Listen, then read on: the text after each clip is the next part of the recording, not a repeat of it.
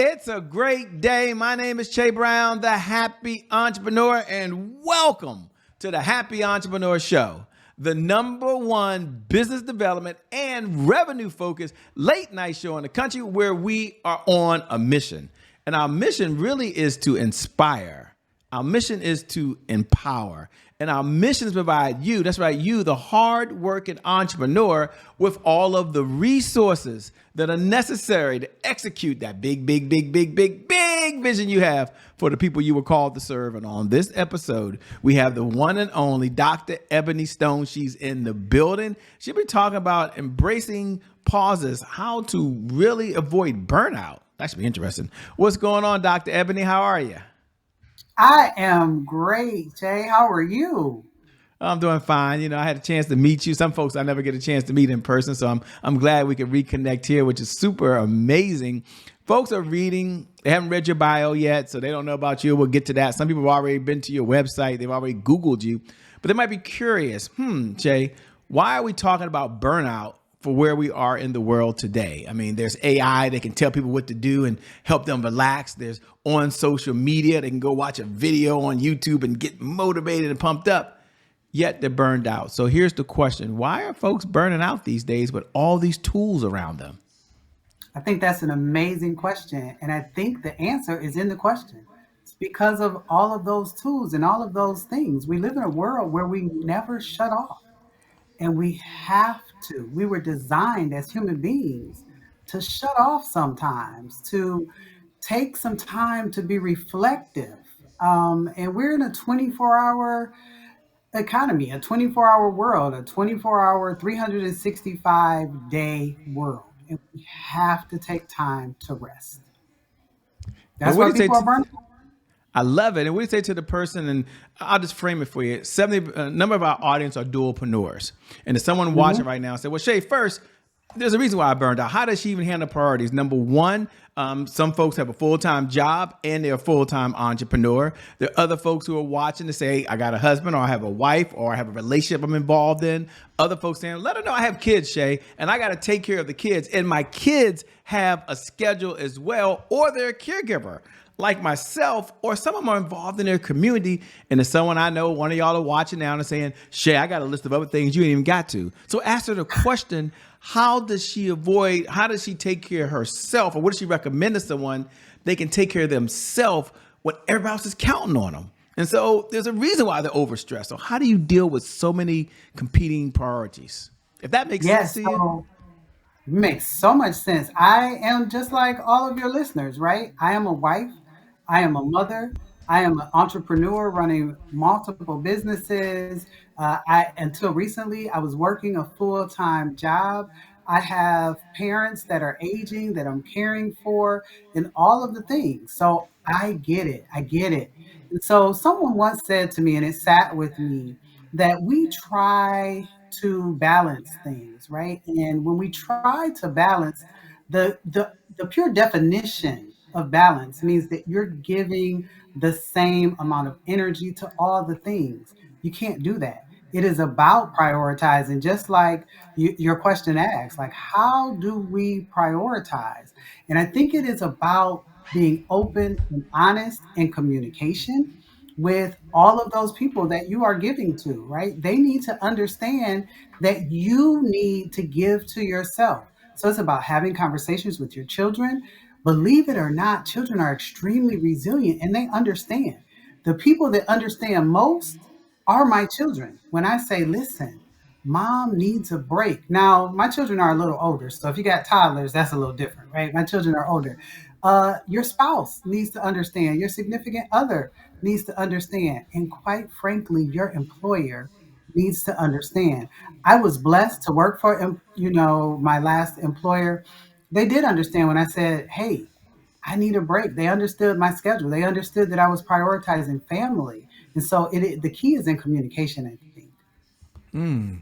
They're probably curious. Burnout, Shay, means different things to different people. So we can all be on the same page. When she uses the word burnout, what's her definition of burnout? And what does she mean by that? Yeah. My definition of burnout is when you get to the point that you just feel like you have nothing else to give. You are empty on the inside and you are still trying to give. You no longer feel passionate about the things that you are giving to.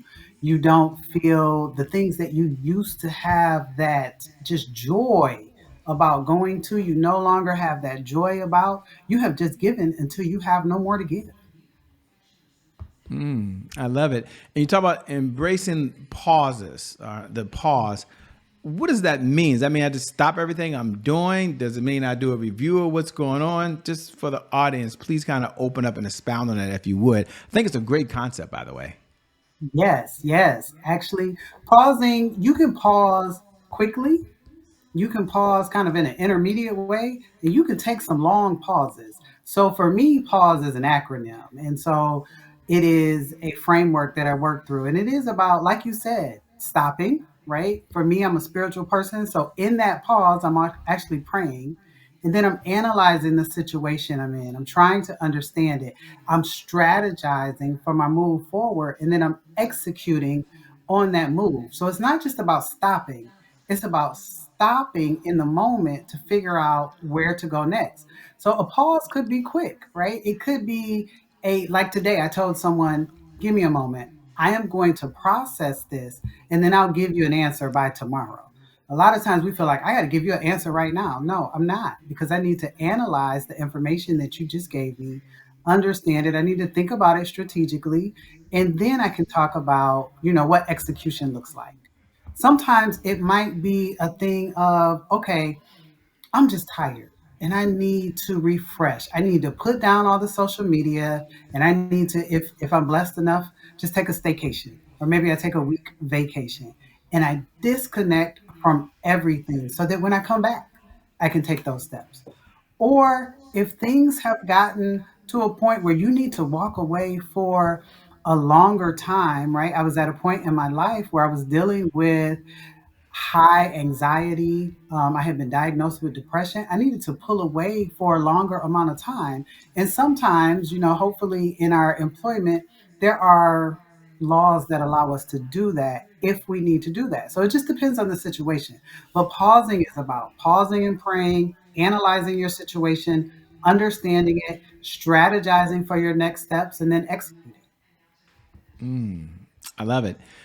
Take a moment if you would, because some folks are saying, Shay, I love what I'm hearing, but you might know Dr. Ebony and the world knows Dr. Ebony, but I'm just meeting her for the first time. I didn't get a chance to read her bio. I'm at the gym right now. I'm cooking right now. Some of you might be driving in the car. We're so humbled to be on your smart device right now, on your computer. Thanks for listening. So I'll have her slow down. Take a moment and tell them your backstory. So two-part question. She can handle it, ladies and gentlemen. Number one, obviously, who is Dr. Ebony? So let me know your backstory.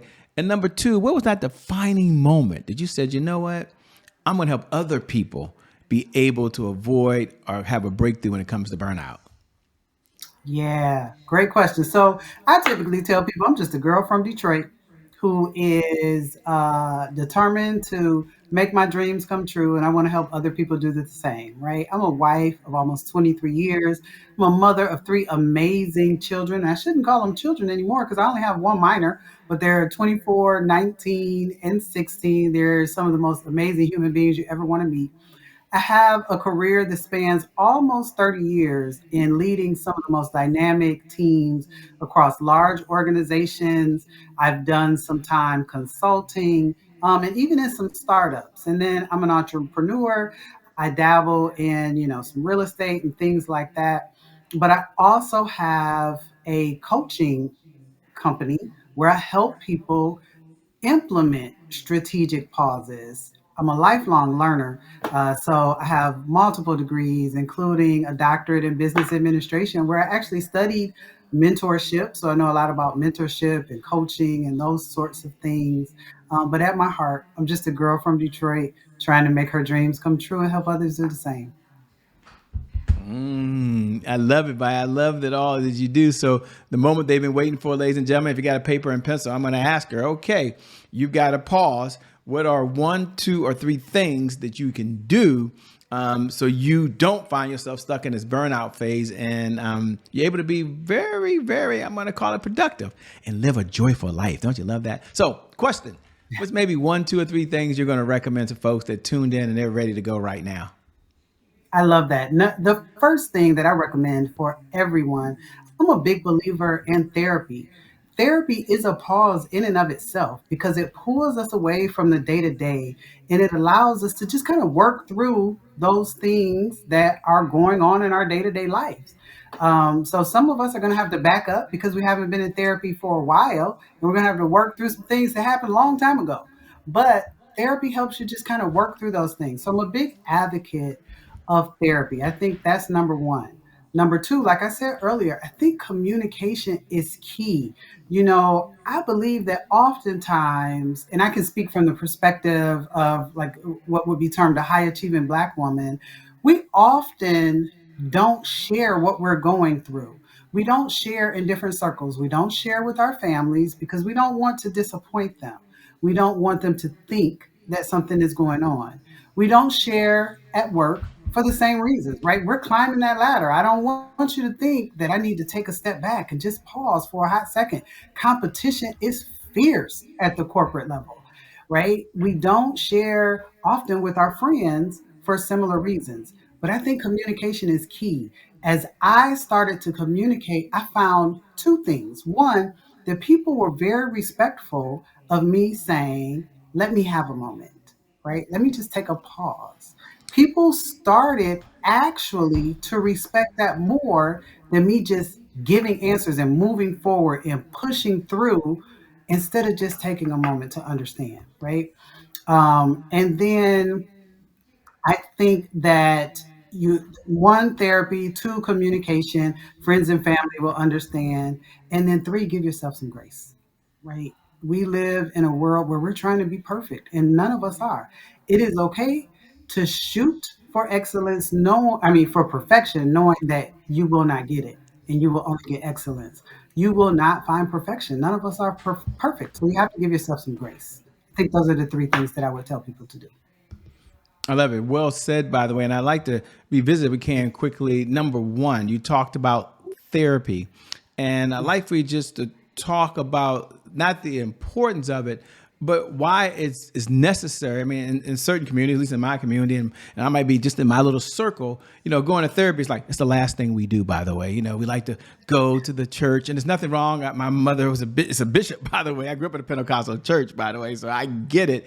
But he's like, no, we're going to just go talk to the minister, and everything's going to be just fine. And maybe that is therapy. Maybe that's what you're talking about. I don't know. But take a moment, talk about, one, the importance of therapy, and breaking through that stigma for those folks that are like, ooh, I'm not cuckoo. And again, it might just be in my circle. So if you're listening and this doesn't apply to you, it's okay. You can listen in. But I'm going to tell you, some in my circle, therapy, last thing. Hmm. So talk about that if you can, please. Absolutely. It's not just your circle, right? We share something in that we're both preachers' kids, right? Both of my parents are preachers. And so, yes, in the church, you better just be able to pray this away. And I spoke about this at an event I did the other day. And I believe wholeheartedly in miracles. I believe that I can go talk to God and God will say, yep, this is solved and here you go. Here's a miracle. But I also believe that he puts people in place for a reason. The reality is, Shay, if let's say I break my ankle, God forbid, and I go to the doctor and I have to go to an orthopedic surgeon, no one is going to question that I went to that orthopedic surgeon to heal that break. So if emotionally I am broken, why do we question going to a doctor to help us heal that? Right? When I chose a therapist, I chose a Christian therapist. So sometimes my therapist is praying, right? It's okay to incorporate your faith with therapy. How we get over that stigma is to just go and then talk about the response that we've gotten from it. Since I shared my story, I can't tell you how many people have come to me to say, how do I find a therapist? I now, in my phone, carry a list of therapists that I recommend. But it's interesting because they will wait until no one is around to ask me. But I think the more we share and the more we can get just one person to go and share their story, and then the next person to go and share their story, we will slowly get over that stigma. It's okay. We go to every other kind of doctor. There's nothing wrong with going to a therapist. We go to doctors for preventative type things. There's nothing wrong with going to a therapist to prevent where you could end up if you don't go, right? And so that's how I think we overcome the stigma of therapy. It is nothing wrong with going.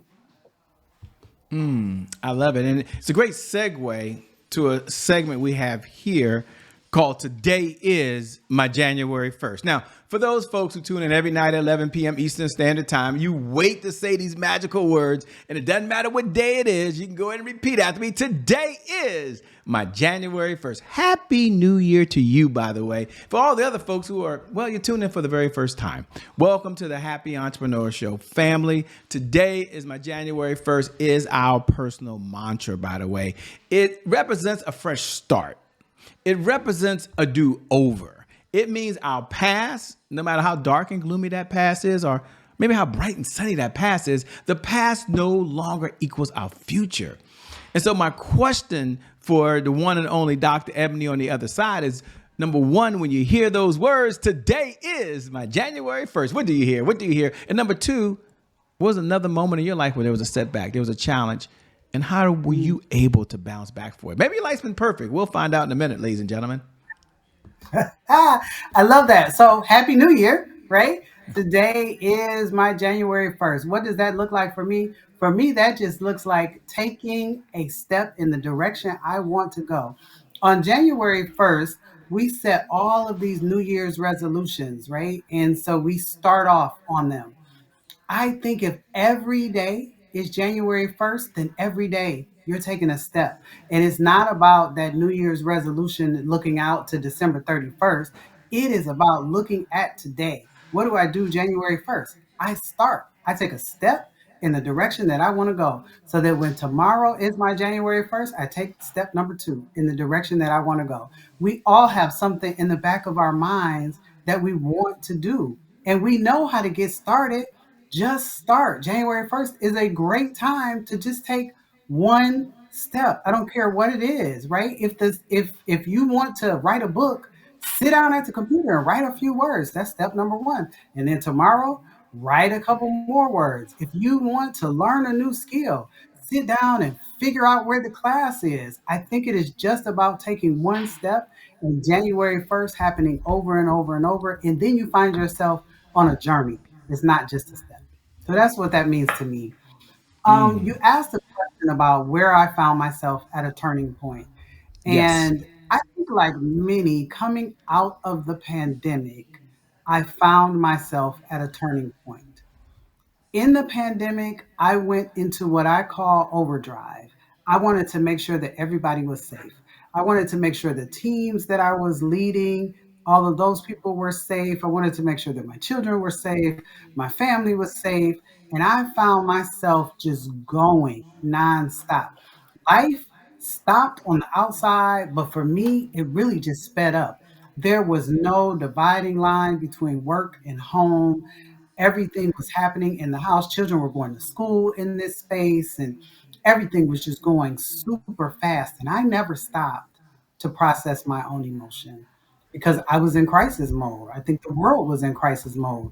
And so probably about a year coming out, not out of the pandemic, but as things slowly started to return to normal, right? People were going back to work, things were trying to get back to normal. My kids were back in school. I found myself just not being myself, right?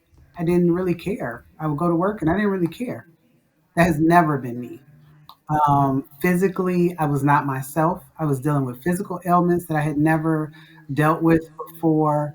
I was cranky. I was slamming doors. My children talk about how I would shake the house, right? Things just were not normal for me. And so I talked to my doctor, and my doctor suggested behavioral health. And it took me a while to get back in therapy. I had been in therapy before, but I got back in therapy. And the moment that changed things for me was when my therapist said to me, Ebony, you've been operating in a deficit so long, you don't even recognize that's what's happening. And it was in that moment that I decided that I was going to fight for me. And I did. And I do not regret it. I fought for myself. I was able to come out of the depression that I found myself in, I was able to return to an Ebony that I loved. I was able to become that happy go lucky Ebony that everybody knew versus the person that the pandemic had kind of pushed me into. And so that was a huge turning point for me. Life has not been perfect. I don't think anybody's life has, but that was a huge turning point for me. And it was also, that was the moment that I realized I wanted to fight for me. Coming out of that was the moment that I realized that I wanted to help others fight for them because I realized so many people didn't even know where to start. And so that is where my coaching programs were born. I had been coaching for years with people corporately, but I want others to feel this joy, right? Pause for a moment and get back to you, get back to the things that made you happy. I love the transparency. I love the openness. I'm curious, what do you enjoy most about what you're doing now? Because as you started talking more about helping people, it seemed like this energy kind of surged forward for a moment. What do you enjoy most about what you're doing these days? I love that I get to help people unearth something that was already there, but somehow the world has buried, right? That moment that you see the person come out and say, oh my gosh, this is actually what I wanted to do. I am reaching my goals. I am becoming the person that I always wanted to be, or the person that I was and I buried. Seeing those lights come on, seeing people become their very best selves is absolutely amazing. And knowing that I can help them to do that, it's nothing like it. It's the most amazing feeling. It is something that just deep down brings me joy. But more than that, I feel like I am helping them get their joy back. Congratulations. It's a really good place to be in, by the way. So thanks for sharing. You know, one of the questions I like to ask when I have time, and we have some time now, is what's one of the best pieces of advice you've ever been given? And I always frame it for the audience so they kind of understand. We're not actually come off the mountain with the 10 Commandments or anything here. But, you know, you've had a lot of mentors along this journey of life, it seems. You've read probably countless books that you can even think about right now, or videos you don't remember, or been through a lot of trainings and so forth. But if you had to step back and say, what is one of the best pieces of advice I've ever been given that I want to share with the audience? What is it and why? Yes, I love this question.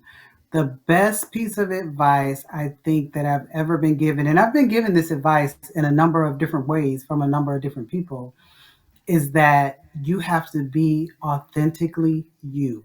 The world needs you. They don't need somebody that you're pretending to be. You were put here with a special set of gifts for the world, and you need to be that person. You need to emulate anyone else.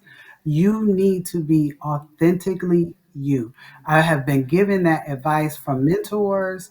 I've been given that advice from my parents. I've been given that advice, quite frankly, from my husband and even from my children in their own way. I think when you are authentically you, I don't think, I know, when you are authentically you, you bring to the world something that no one else can, right? And so I think about how as women, sometimes we feel like when we walk into the boardroom, you'll hear about imposter syndrome, right? And women trying to be more like men as they walk into these boardrooms. Well, one of the things that I like to talk about is that I'm a woman and that's my superpower, right? Women are different from men, and that's totally okay. It doesn't demean or change my value because I'm a woman. I am still the person behind the degrees or the person behind the experience. That is exactly who I am. Me being from Detroit, right? The world sees a Detroit that, quite frankly, I don't see. I see a very different Detroit. I love my city, right? Being from Detroit is unique. So I push into that. Being the mother of three amazing children, I push into that. Or my gifts and talents, right? Being a great listener is something that I have always cherished. And so pushing into that is important. And I found that the more I push into it, when I'm sitting at these tables, people appreciate it. I once had someone tell me, Ebony, I literally position myself across from you in meetings so that I could watch you listen, actively listen.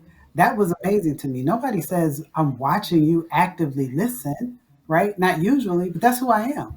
I am a listener. So I think the best, to answer your question, the best piece of advice is just to be authentically you. The world needs you.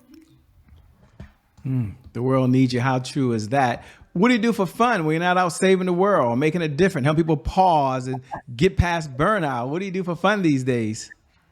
It's so funny that you should say that. One of the things that I have kept on my schedule is that I have a 5:30 a.m. hair appointment on Fridays, and so I'll be there tomorrow. And we always say we go into the shop and we solve the world's problems. So when I'm not solving the world's problems at the beauty shop, I am an avid gardener. I love gardening. I have a huge vegetable garden, so I love gardening. In the city of Detroit, though, winter is going to be among us, upon us soon, and so I won't be able to garden. But I also love to dance, and so my husband and I often dance. So I go out and dance, and then I like to read and just kind of hang out with my family. So when I'm not saving the world, I'm growing vegetables, dancing, and hanging out with my family. What an awesome sport. I mean, growing vegetables, man. I can't think of the number of lessons you've learned. My wife's now into potting and flowers and plants and so forth. And now we got a lemon plant. Now she's doing down that path. I'm like, man, there's so much you can learn.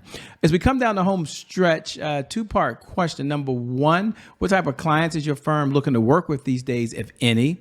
And number two, how can folks best connect with you? How can they stay in this conversation over and beyond today for those folks that want to connect with you? Thank you. Thanks for that question. Yes, I am looking to work with people who are looking to be in community. I believe that one of the reasons that we struggle so much is that although we're always together, we often isolate and we don't talk about the things that we're going through. So I have a group coaching program kicking off in January where we'll be bringing together high achieving, specifically high achieving women, Black women that want to continue their career ascent, but they do not want to burn out. And we're going to talk through a detailed version of the pause framework to help them on a daily basis. We'll be solving problems together. We'll be coming together in community and we'll be collaborating. So I'm super excited about that kicking off. I also have individual coaching where I work with anyone who is looking to continue their climb or their ascent in the corporate world, but they want to avoid burnout. And we walk through deploying frameworks to help them do that.